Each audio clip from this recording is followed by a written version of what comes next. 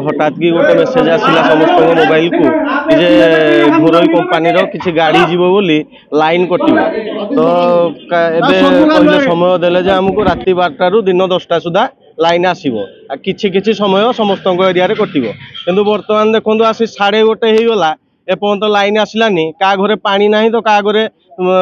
mobile car charge ना एमती कि बहुत असुविधार सम्मुखीन होती आम अनुगुलवासी जदि घरोई कंपानी प्रति एते मधुचंद्रिका जिला प्रशासन देखई पारुची देखो आज्ञा आज ये देखिए ना एसटीबी अच्छा ना कौन कहीं जड़े स्टाफ भी नहांती केवल 2-4 जन स्टाफ बसिक ये कर बाकी समस्ते से जो बड़ गाड़ी आसी सहित समस्ते जाइए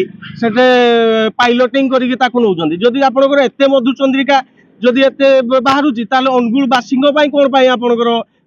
लाइन जो कटुची आगे टिके किसी वर्षा टिके पवन लाइन काटी दौरान किंतु सेते बेलू जा लाइन दे पार ना आज